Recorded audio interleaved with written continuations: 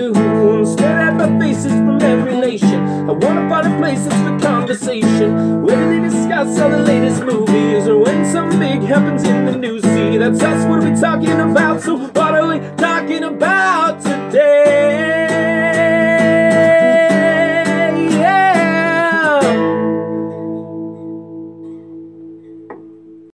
Hello everybody, and welcome to another episode of the Carcast. Thank you for joining me.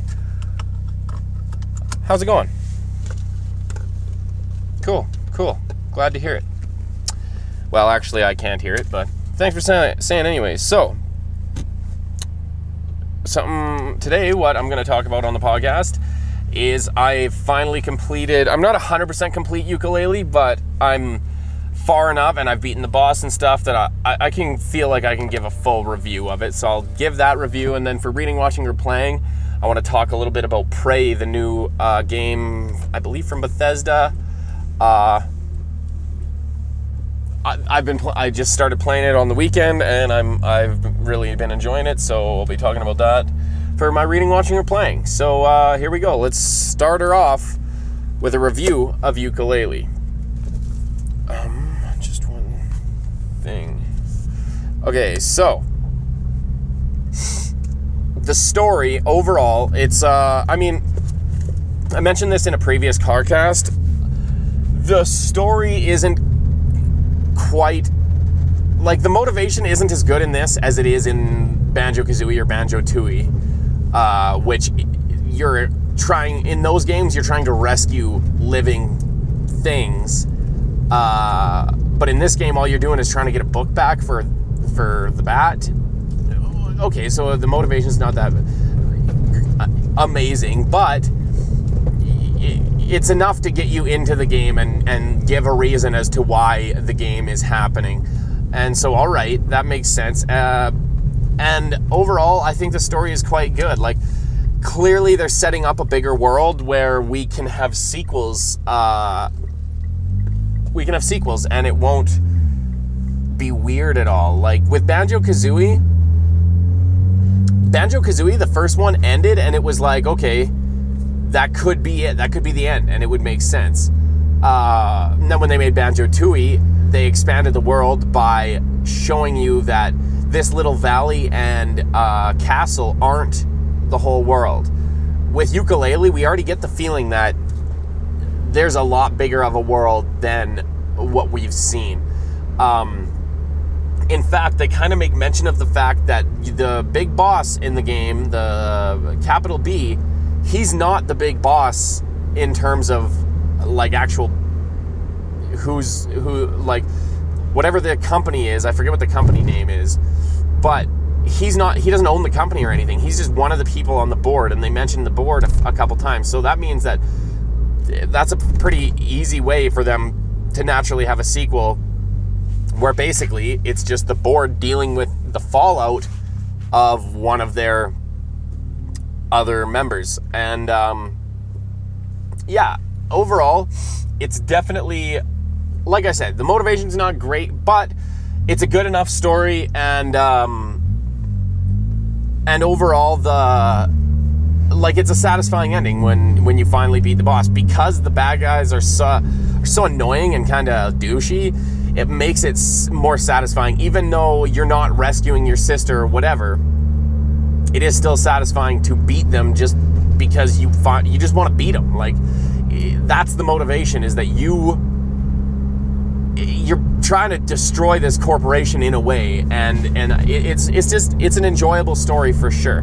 Like I said, it's not the classic hero story of, oh, you're going to go save somebody. But in the end, from what we've kind of learned, is that we technically did save possibly the entire world, because we don't know what this book is capable of. They make it seem like if you have this book and all the pages, you could basically rewrite history maybe, or they don't really say. They just talk about how much power it has. And so maybe we'll find that out in the next game. But I really, really want to see a sequel, and they definitely left some room for that to happen if they want to. So for this game, there's 5 different levels. Unlike Banjo-Kazooie, Banjo-Tooie, which I believe each had 8, or I might be wrong about that. But this game has 5 levels, but each level is a lot bigger than any of the levels from either Banjo-Kazooie or Banjo-Tooie. And it's, in a way, almost got 10 levels, because you go into the level, you complete it, and then you can expand the tomb, the Grand Tome. It's a tome, not a tomb. You can expand the tome, and it makes the world bigger, like it adds new challenges and that kind of thing. So, in a way, there's almost 10 levels, because there's 2 versions of each level, the expanded and the non-expanded. So the first level is kind of like, it reminds me of the Aztec level from Banjo-Tooie kind of thing. Like it's a general starting level. It's for me, that's the one, it's a little bit weird just because it's the first one you go into, and I'm so used to Banjo-Kazooie, and this is so close but not exactly the same as Banjo-Kazooie that it just makes you, I don't know, that's just will always be in my mind when playing that level. But it's definitely a cool little level, and it's the first time you see Shovel Knight in the game, which is a cool little cameo I did not expect. But yeah, so the first one is kind of like a Aztec ruins-ish kind of thing. It's a fine first level. Then the second level, you go right into the ice level on this game. Every Banjo-Kazooie game has an ice level. The first one, of course, Freeze Easy Peak. The second one was Hailfire Peaks. And now in this, it's even more ice world than we've seen before. And I really like the ice world. It's kind of cool. And it's very open. Like, you can kind of just get anywhere. Once you learn to fly, you can just get anywhere, which is really cool. And then also, I haven't beat all the individual level bosses. I beat the first level boss, who is just like a brick fireplace kind of that throws logs at you, and all you have to do is knock his teeth out.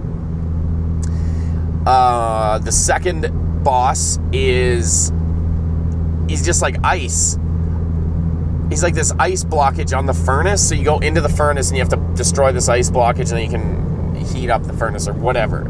Which is a little reminiscent of Old King Cole, but different. But definitely, those 2 boss battles were kind of cool. And like I said, I haven't defeated the bosses on the other levels. I haven't even faced all of them. Let me think. The next level is the swamp level. And I think I faced off against the boss once, didn't beat him, and then just haven't tried again. Then there's the Capital Casino, and I don't know that I faced off against the boss on that. I can't recall the boss from that level. And we had in the final, like Capital Casino I really like that level. It's really cool. It kind of reminds me of Witchy World from Banjo-Tooie, where this is the establishment owned by the bad guys of the game or whatever. But one thing that was kind of unique that this level had that I don't know that it's happened. Doubloons were a thing in Banjo-Tooie, but there was never this type of system where it's like you go into the level and you don't win pages when you complete challenges. You get tokens, casino tokens, right? They're like chips, casino chips. And then you cash them in for pages at a booth in the lobby. And it's a cool, unique way to do a level, and it added a little bit of variation, which I thought was cool.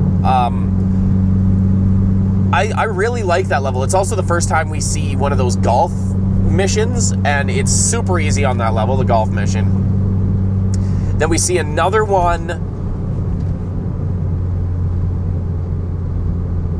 Well, I thought there was 3, but for some reason I'm only thinking of the 2.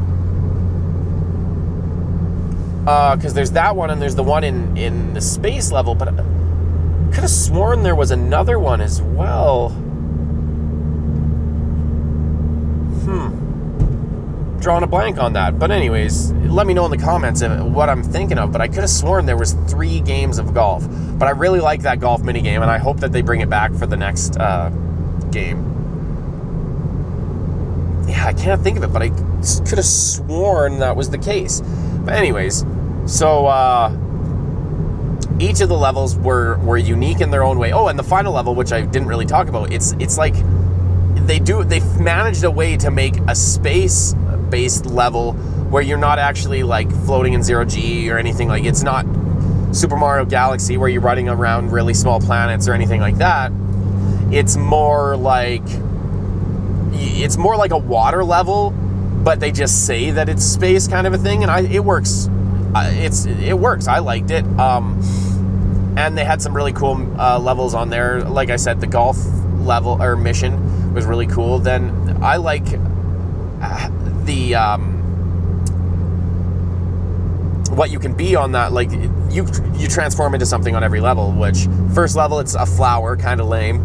Second level, it's a truck, a snowplow. The third level, it's a helicopter, which is real awesome. The fourth level which is the swamp. You turn into like a school of piranhas kind of thing. And so you can only be in one small little area kind of thing with it. It's not that great. It's all right. And that's the same goes with the last level, where you are a space pirate ship kind of thing. So you can only go where there's like the water space area kind of thing. But I did like how I liked the challenges, and I liked the how you had like 3 different types of weapons with that ship and stuff like that. I don't know. Overall, the game, I thoroughly enjoyed it, and it definitely invokes that sense of nostalgia from playing the original games back when they were first came out for the N64. And I can definitely recommend the game to people for sure, because of how much I enjoyed it, how much it felt like the original Banjo-Kazooie and Banjo-Tooie, but it was still its own new thing, and they changed up some stuff, and overall it was really interesting. And I did like, one of the biggest changes is there's not, like in Banjo-Kazooie and Banjo-Tooie, you have different types of collectibles. Like, you have the eggs, you have feathers, which you have red feathers and gold feathers. Red feathers help you fly, gold feathers are for invincibility, and you have multiple different kinds of eggs, and they're just all ammo. Well, in this game, you just have this boost meter, and certain moves use that boost meter. And so instead of having all these different collectibles, you just have this one thing, and it kind of simplifies all that aspect of it. So instead of having to collect multiple different kinds of feathers, it's just you have to be conscious about how much of your boost bar you're using for certain things. And then instead of eggs, you don't collect ammo and carry it with you as much as there's little plants here and there that have different kinds of fruit on them, and depending on the type of fruit you eat, you have different types of projectiles you can fire. And I don't know, it's definitely different from the originals, but it still has all that, like anything that is in the original games, there's something equivalent in this new game. Some of it's a little better, some of it might be a little bit not as good. It depends on your opinion, but I definitely like the game thoroughly. And yeah, the difficulty wasn't too hard. But that's the thing. There's some missions that are a lot more challenging than others, and it's not like it's super hard to get enough pages to beat the game. But I do imagine that it'll be quite tricky to get all the pages, or at least time consuming, because there's lots of stuff that it's just like you kind of have to memorize tracks and stuff like that to get all of the pages. And it's also sometimes hard to find a lone quill. If you just need one quill, like I have 9 out of 10 quills for whatever the building is called, like the main lobby kind of building. And so I'm gonna have to search a lot to try and find that last quill. And that same thing happened to me with the first level, where I just had 199 out of 200 quills for a long time. And then finally I did end up finding it, but it took quite a bit of searching for me to find it. And that same stuff might happen in some of the other levels. We'll have to kind of see, I'm not sure, but yeah, like I said, it's better in some ways and not as good in some other ways. And part of the problem, what makes it a little bit not as good in some ways, is that Banjo-Tooie was the sequel. It was the second one in the series, so I'm used to that. We have already established this franchise, whereas now we're starting back over at the first one. So they can't add on to what they did in Banjo-Kazooie or in Banjo-Tooie that much, because it's not the same story, it's not the same characters. They're restarting their own thing, so they kind of have to dial it back a little bit. And for those reasons, it's not like there's a couple things about it that are less good than Banjo-Tooie, but overall it doesn't diminish from the overall game. And I think that it's worth the purchase. One last thing I want to talk about with this game is the final boss battle, and I would definitely say the final boss battle of Yooka-Laylee is definitely harder than Banjo-Kazooie and Banjo-Tooie boss battles. And one thing that was kind of annoying, in those games there's quizzes, but you each only have to do those quizzes once. In this game there's like 5 quizzes that you have to do, and it's kind of annoying, but it's not that bad. It's all right. It didn't make me hate the game, but I could have done without the quizzes. Or at least less of the quizzes. But yeah, the boss battle I think is really cool. They did a good job of, first of all, it's a good puzzle to how to defeat the capital B, but they also do a good job of making you have to use everything you've learned from the game, including some different strategies you've learned and stuff like that. Not just all the moves you've learned. It's also some strategies that you have to remember, but it's also new strategies and stuff like that. I'd be pretty impressed if you defeated Capital B on the first time you played him, just because some of them things you aren't like it takes a little bit to get used to some of his fight patterns, but once you figure it out, it's not too difficult to defeat. Where it just is the same as Banjo-Kazooie and Banjo-Tooie, where it's like, yes, the boss battle was the hardest thing in the game, but you can do it. It's not impossible. Once you learn how they operate, you can defeat them. It's just a bit of an endurance battle, because you also don't receive any health, no health pickups the entire boss battle. And so that makes it a little more difficult, but for me, I just used the tonic that gives you an extra butterfly health slot. Like, you can make it a little easier if you want and stuff like that. And I did beat Capital B, and then the ending of the story was kind of cool. You see all the group together. One thing that I noticed was in the end credits, first of all, you can skip the end credits, which is nice if you want to just keep playing right away again after defeating Capital B. But I just felt, why not? Let's let the credits roll. That's how games always used to be. Might as well do it again. But you can still fast forward, and even fast forwarding at full speed, it gets to a section where you get to all the people that kind of funded the game through Kickstarter or whatever, right? The list is insanely massive of the amount of backers, because I'm sure it just takes everybody, that even if you only put $1 in, it still would have your name.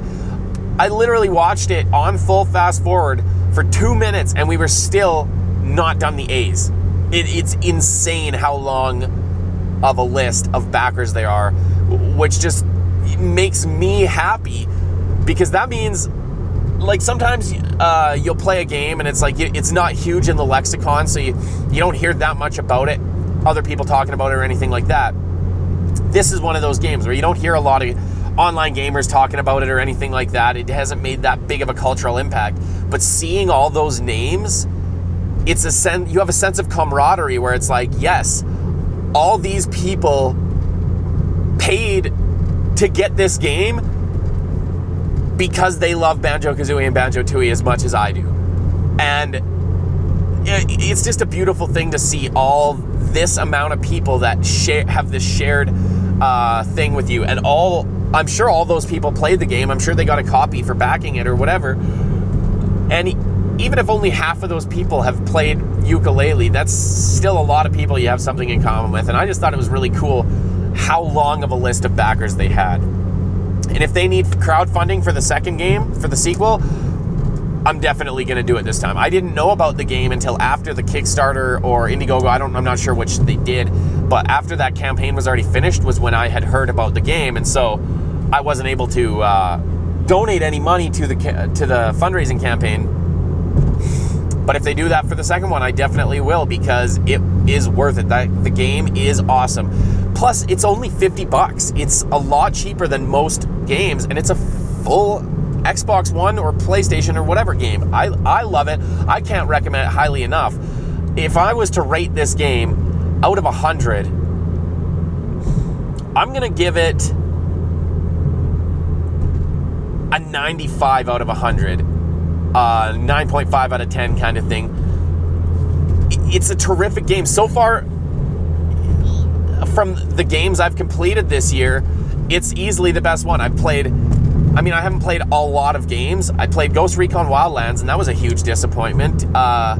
Yooka-Laylee satisfied all of my wants and then gave me more than I even could have imagined. So I'm giving it a 9.5 out of 10. There's still a couple things that aren't perfect with it.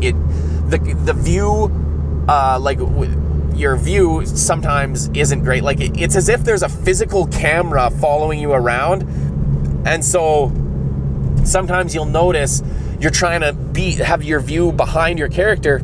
You can't get there because there's a wall in the way. That's kind of annoying. There's some small control issues.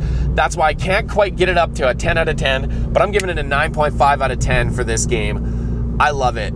And unless there's something that changes my mind for the final 30 pages that I have to get, that'll be my score. And I'm sure nothing's going to change my mind that drastically. But yeah, I highly recommend it. But have you guys played Yooka-Laylee? If so, what did you think of the game? I'd love to know your scores and reviews. Just let me know in the comments section.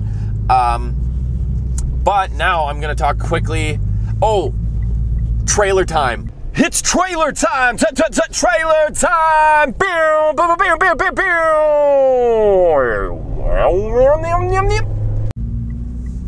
So, I forgot to mention this at the top, but I saw there's a new teaser for a trailer, which usually I hate and don't even bother watching. But there was about a 50-second teaser for the new trailer that's coming out tomorrow for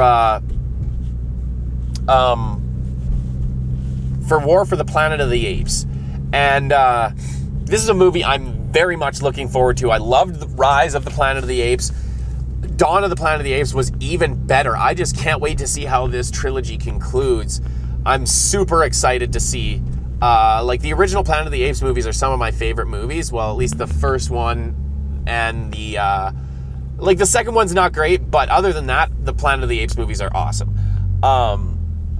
But yeah, so I'm super looking forward to this. And this teaser, it's about 50 seconds, and I think that, I have a feeling anyways, that most of, if not all of the footage in this trailer, it's not going to be in the movie. This was just kind of a viral marketing thing where they took some voice clips from the original Planet of the Apes of Charlton Heston and laid some images throughout the ages. And it almost is reminiscent of the intro to Dawn of the Planet of the Apes, where they show all the stuff that's happened since Rise, but it's just kind of showing the culmination, and it gets you pumped to see where we go from here. You see all of the history of the Planet of the Apes, and then it ends with Caesar like waking up, and it's like, I don't remember exactly what it says, but the voiceover is saying, humans aren't, like, I can't see the humans not continuing, kind of a thing. But basically, they're setting it up so that this is going to be the biggest, most epic Planet of the Apes we've ever seen. This is going to be the war to end all wars. I can't wait. I'm just so excited for this movie. But did you guys see the teaser? What did you think? Did it make you as happy as it made me? And now quickly, I just want to talk about reading, watching, or playing. I got Prey on Saturday. I've played probably 7 or 8 hours worth of the game, maybe a little more, and I'm I'm floored by how amazing this game is. The story is completely captivating. The gameplay is terrific. The graphics are phenomenal. Absolutely everything about this game on every level. Like, there's a couple of small things, just nitpicks here or there, that it's not a perfect game or anything, but it's pretty damn close. And I haven't beat it. I have not completed the game yet, so I can't fully compare it to Yooka-Laylee yet, but it's up there with Yooka-Laylee for how good the game is. It totally blew away my expectations. I thought I would enjoy it, but I'm loving it. It's the type of game where even if you get frustrated and can't beat a part and you kind of rage quit, it's addicting. I'm like, I want to get right back into it. I need to continue playing this game. As soon as I'm done here, I'm probably going to go play the game some more. I'm loving it. I just absolutely love Prey, and I can't recommend it highly enough.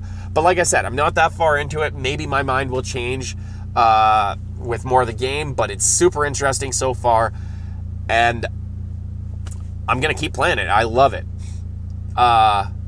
So let me know your thoughts on anything I talked about in this episode today.